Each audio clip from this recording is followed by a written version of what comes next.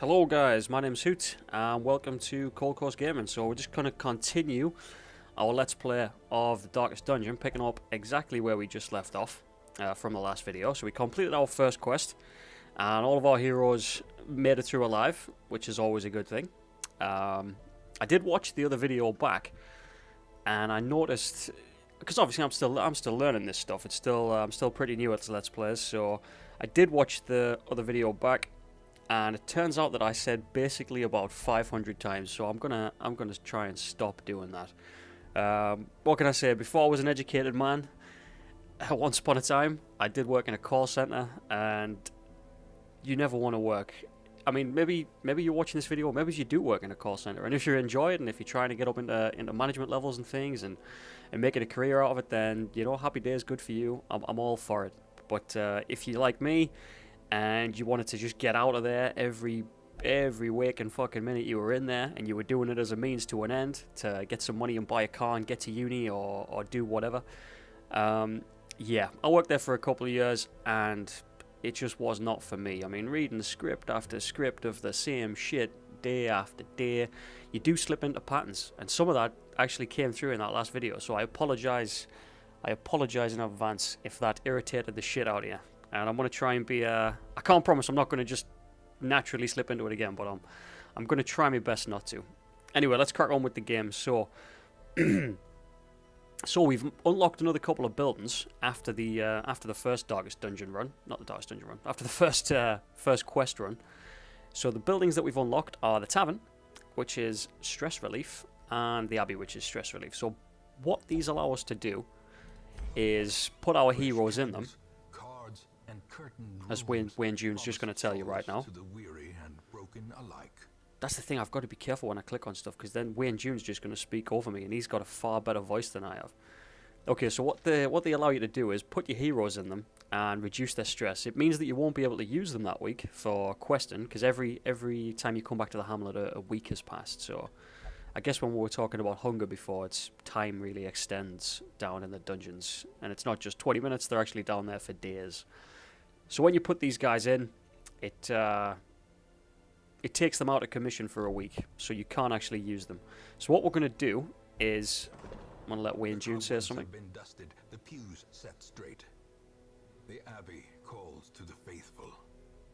Okay, Wayne, that's enough of that for now. So what we're going to do is we're going to try and hire, see what kind of heroes we can hire. Yeah, this could be the chance I've always deserved to die. Sure. Right, so we're going to hire them all. We're just going to take them all because we can, because we've got up to 12 slots, so there's absolutely no disadvantage in just taking them all. And that means that we can actually put our Plague Doctor, the one that we've got at the minute, in for some stress relief. Now, from the top to the bottom, they get more expensive. And this guy, the caretaker, the guy that caretakes your estate, he'll always take up one slot in a stress relief building every week. So it's kind of just like a little gameplay mechanic that lets you do that. That prevents you from abusing cheap stress relief. Because as you can see, that costs 1,000, but I've put them down here. That's like half again as expensive. So we'll get rid of some of his stress. Means we won't be able to use him, but thankfully we've got another Plague Doctor that we can use, which is okay. But you know what? We're not going to use the Plague Doctor. So there's not much else we can do. We've got some things that we could upgrade. Can we upgrade our stagecoach? Yes, we can, which is exactly what we're going to do. Because, like I said, even here, in the mud and rain. In the mud and the rain. Wayne June, your voice stops me in my tracks so many times. Yeah, so like I said in the first video, we're going to try and upgrade our stagecoach first, because that allows us access to a lot of heroes, and we're probably going to need them. Alright, so I don't think there's anything else we can do. We don't have any... No, these are still locked. We don't have any room to upgrade them, to upgrade our Tavern or Abbey yet again. Alright. So I'm going to talk a little bit more about the heroes that we're bringing on to our little quest this time. So this time, we're bringing along an Antiquarian. So we've got our Crusader, and if you right click on him, it's going to give us a breakdown of his skills and stats. Now we're going to be able to monkey around with these and change them a little bit later on, but for now we have to just stick with the default. So I'm going to run through each hero's skills. You can just skip ahead like a minute if you don't want to watch this, but I think it's important if somebody's just watching this for the first time, they watched the first video, they got an idea of the game, but they saw me clicking skills and things, and they were like, shit, I don't know what he's doing. I don't know what these skills mean. Well, now I'm going to show you. So, first guy, Reynold the Crusader, he has 4 skills selected. So the first one, Smite, is basically just a normal attack. Second one is Zealous Accusation, attacks the first 2 rows, does a little bit less damage, as you can see by that damage mod minus 40%. Stun and Blow, it's a stun, it's as simple as that. And Bullock of Faith, that basically, oh, there's the basically. Damn, I was going to try and get through the whole Let's Play without saying it once, but I fucked it up. Oh well. Okay, so that lets you shield yourself by 25%, so it means you'll take 25% less damage. It also gives you a bit of torchlight as well. So he's basically a tank. He's a good tank, and, you know, he's a solid frontliner.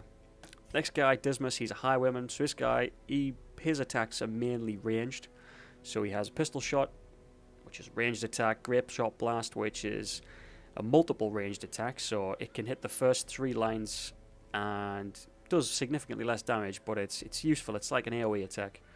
Tracking shot, never really use it that much. I mean, it's good. It gives you more damage, more accuracy, more crit.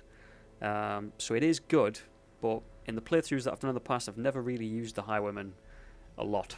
So his skills are fairly new to me. And he's got Open Vein, which is a bleed. Useless in the ruins, because skeletons don't bleed. There are a couple of sort of human enemies in there, but I can take it or leave it. Now the Antiquarian, this is the person we've recently added. Now this is really good for starting out in the game. It's a bit of a gamble because she's fairly weak. She's got a stab attack, which is basically just a weak melee attack. She has a debuff on the enemy, which makes them have reduced accuracy, and then she can sort of, you know, buff your guys by giving them a dodge and forcing a guard. And what that means is, if I force guard on the Crusader, for example, if she gets attacked, instead she won't be attacked, the Crusader will be attacked, and he'll have this buff to protect him. So she is good, but all she literally does is increase the loot you get in the dungeon. So she is a little bit weak when it comes to abilities to take down enemies. But the payoff is that you get a lot more loot, which means you got more gold, which means you can upgrade a lot more stuff, and it just comes in handy. So it's wise, I think, personally, to have an Antiquarian along a bit early on, just to build up a bank of gold. Finally, we've got our healer, our Vestal, and she does what she says on the tin, basically. You know, she's a healer. She's got a nice stun in Dazzling Light. She has a single point heal, a group heal, and a debuff, which reduces the dodge of a target. But she can't cast that one unless she's in the 3rd row. Like you can see the pips. She has to be in the 3rd line in order to cast it. Does the Antiquarian have any skills? Nope, she can cast her skills from the back line. So we swap those around, and that's going to make our loadout more effective. Normally I rename the characters, but for now, Asselin. That's just too close to Ass. We are going to name her something else. We'll call her Maxine, because it's, you know, I don't know why. Alright, so this time we've got a choice of quest. We haven't unlocked these other regions yet. They have different challenges associated with them. So we have to pick a ruins one, basically. Now, we're going to try a medium, because as you can see over here, it tells you the length of the dungeon, which is how many rooms it's got. So a short one is just exactly the same as the one we've just seen. It's only got a few rooms, and you generally have to make it all the way through. But they're not very interesting, and their rooms, you know, their rewards are pretty shit, in all fairness. So if we take a medium dungeon, it's a little bit longer, but we do get a chance to rest, which brings in a whole new dimension to the gameplay, which I'll explain when we have to do it. But also the rewards are better, and to be honest, it's doing short dungeons, in my opinion, it's more or less a waste of time. So we'll try and we'll do a medium one. I don't actually know what the best item to take is. Bleed Amulet. It's generally, you never want to take anything that reduces dodge, because dodge, as I mentioned in the first video, It's an incredibly valuable attribute. It basically mitigates 100% of damage if you can regularly dodge attacks. But we'll take it anyway because the other one's just shit. I mean, I don't plan on getting, you know, keeping me people below 33% hit points. So, and taking minus resistances is, yeah, it's not great. All right, we're just going to take this one. So we've got to explore 90% of rooms, but it's a medium dungeon. Okay, so I could have sworn Wayne June was going to interrupt me there, but he didn't. So, as we said, it's a longer dungeon, so it involves camping. So basically, you have a chance to rest once throughout the entire dungeon. You can rest, and you can use certain hero skills, which will increase your hit points and lower stress and get you back on track. But we'll mention more about that when the time comes. So we're always going to take a shovel, because in a medium dungeon, actually, we're going to take 2 shovels, because if we encounter 2 obstacles, it's nice to be able to clear it. We're going to take a lot more torches, and instead of taking 8 food, we're going to take 16 food. It's still the ruins, so we take a holy water, and we take a bandage, just 1 bandage, and a key. Keys because it opens chests, bandage because it stops bleeding, and holy water because they can come in really handy for some of the curios. Like in the first video, we reduced stress and healed quite a bit just by using it on a divine altar. Alright, so that's as much as we can do for now. We don't have any trinkets. Ooh, yes we do. But it's not really useful. Isn't many enemies in the ruins that can cast disease, or that can give you a disease, so it's kind of useless. It would just be reducing somebody's dodge for nothing. Alright, let's go. Let's do this! So this is really the first proper, you know, I think the first time you go down there, it's kind of tailored to be a little bit easy, but this one should be completely proper. Alright, so already we've got a choice to make. Do we? You know what? Am I even recording? Yes, I am recording. Thank God for that. Okay, so we've got a choice to make immediately. We've got to explore 90% of the rooms. We've got to hit a battle to get to that one. Let's have a look at the map. Can I trace a route? So if I go there, I don't have to battle, and then I can come back on myself and be... back on myself once. Yeah, I only have to come back on myself twice, so I can avoid that room completely. Because avoiding battles is sometimes the smarter way to play. Even though, you know, there might be a reward there with the treasure, it's sometimes better to just avoid it. And all of our people start with a little bit of stress because we didn't have them fully healed from the last, fully stress healed from the last dungeon that we did. But that's okay. It's not too bad. And we're going to keep our torchlight nice and high. Because the last thing I want is to get completely wiped out. Or even to lose one guy, or to get somebody, you know, lose their shit early on.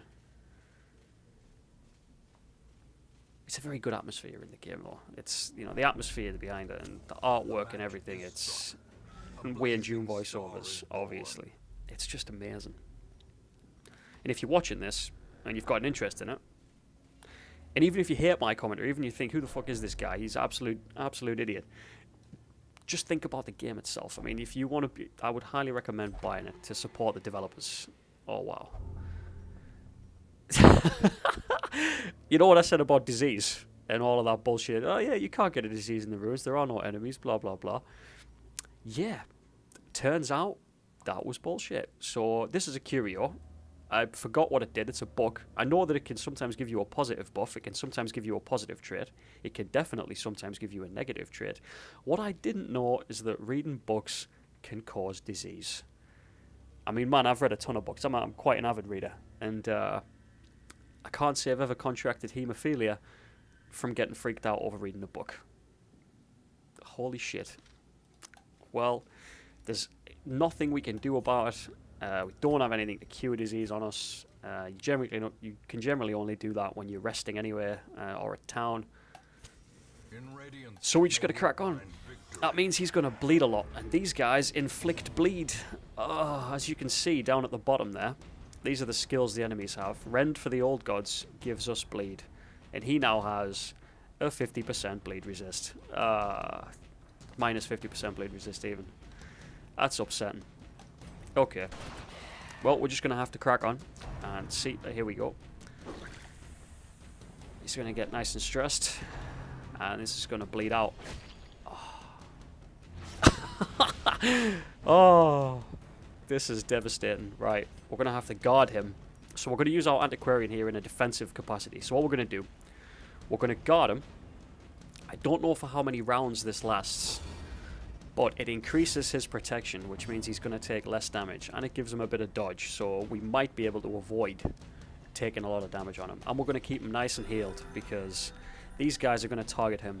Rend for the Old Gods takes the first 2 lines, but clearly this guy's more at risk. Alright. Shall we just... You know what? We're going to just try and kill these guys. Oh, crit. Give them no quarter. Crushed by justice. And a big sword.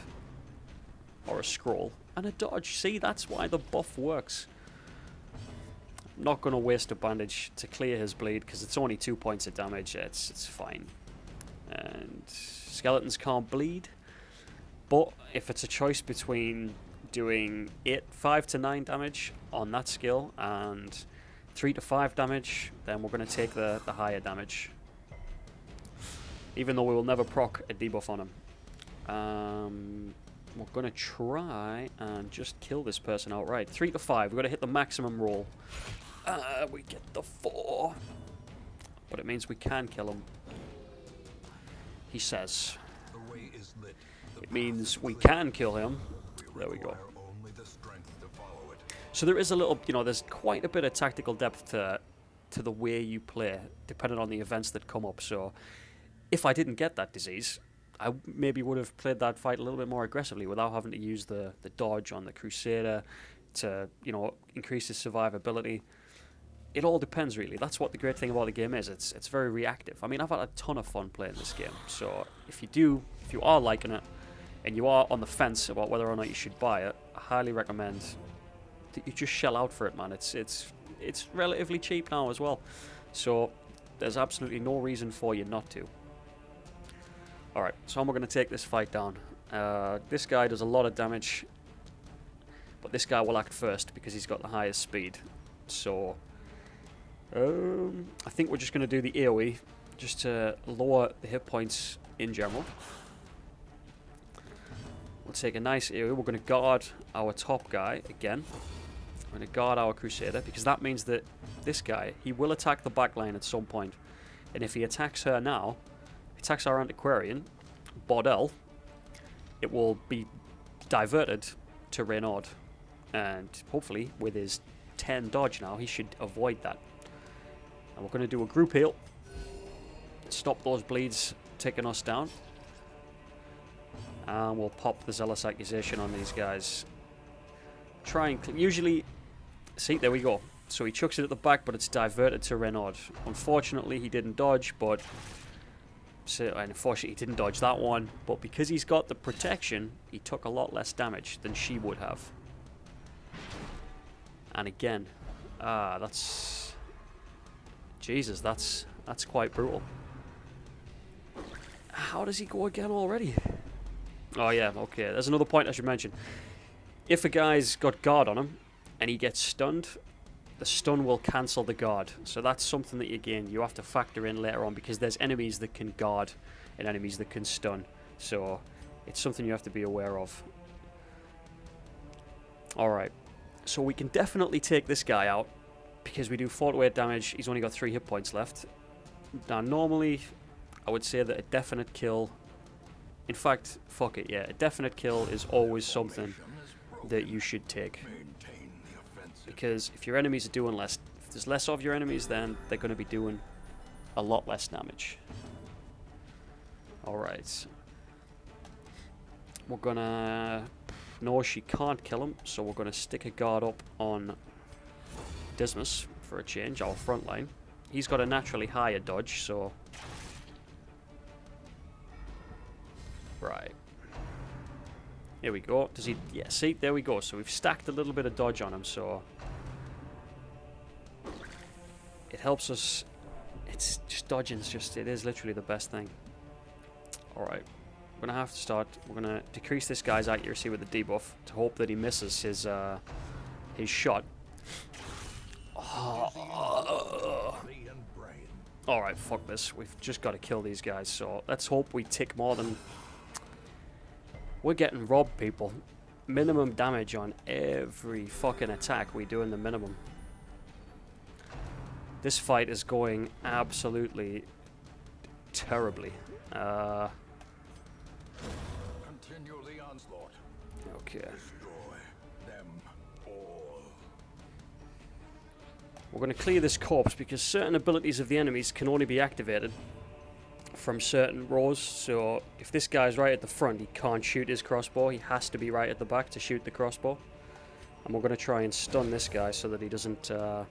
yes, so that we don't get an incredible amount of stress building up. Alright, 5 to 9. Yeah, okay. We're going to take it. We should be able to kill him on the next shot. Just gonna smite. Nice. Nice. A max damage roll, finally. And we're going to use track and shot. And hopefully this should kill him. Yep, so he's a certain death. Wow. Okay, well that fight was a lot more difficult than it should have been. But this is the game. That's why it's so great, because something that you think, oh yeah, I've got a handle on this, I can take it. It's easy, and then everything just turns to shit just by one debuff. Okay, so we've got our loot for the fight.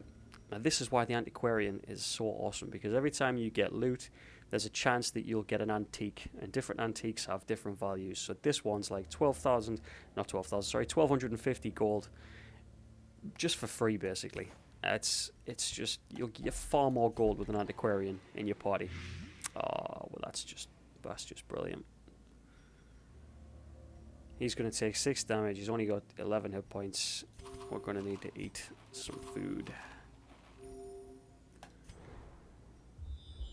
Okay, luckily we do have our camping supplies, so all of this might seem like we've got a ton of stress damage, and we do,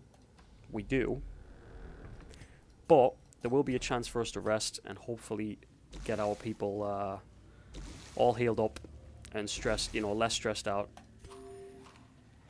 Okay, now because there's still quite a way to go, I don't want to eat any more food to heal with, because if we get a hunger check and we don't have any food, that's going to be bad for everybody. And last time this guy read some books, he got a genetically transferred disease, hemophilia. You got to, so I don't know what the fuck's going to happen this time. Oh, you got a positive buff, Ruins Explorer, 20% scouting chance, brilliant. So that'll let us, at least, it should help us see what's coming. So before we die, we're going to know in advance that we're going to die. I'm not sure that's a great thing. Alright, okay, I can't remember this, but I think when I open stuff, like loot boxes and crates and chests and shit, I should always use the antiquarian, because I think it actually depends who you use to open it as to what you get. But we're going to check that next time.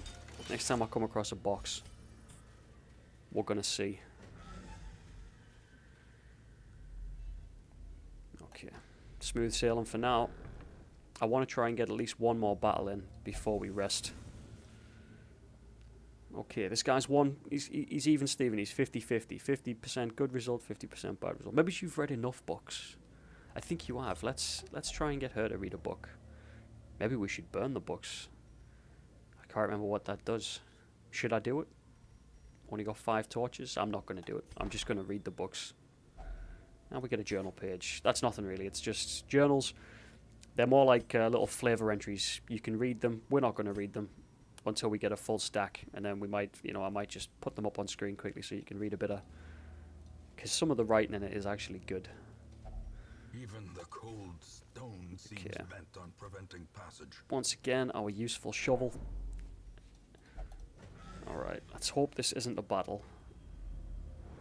No, it's not. Brilliant. Okay, so that would be 2 battles that I had to do before I rested. we're going to explore up here, because we have to explore 90% of the rooms. Let's get our antiquarian to read the bookshelf. That's bad. A Blutomania. Obsessed with cleanliness. Not the worst thing, actually. Not the worst negative quirk that you can get. Which is good. Alright. Wait, let's collect ourselves. We will, Sunshine, we will. But just not yet. We've still got much to do. Now here's the gamble I was talking about earlier. If I use this guy to disarm this trap and he fails, he's going to take some damage and he might increase in stress. If he wins, he'll decrease in stress. Yeah, fuck it, I'm not going to do it.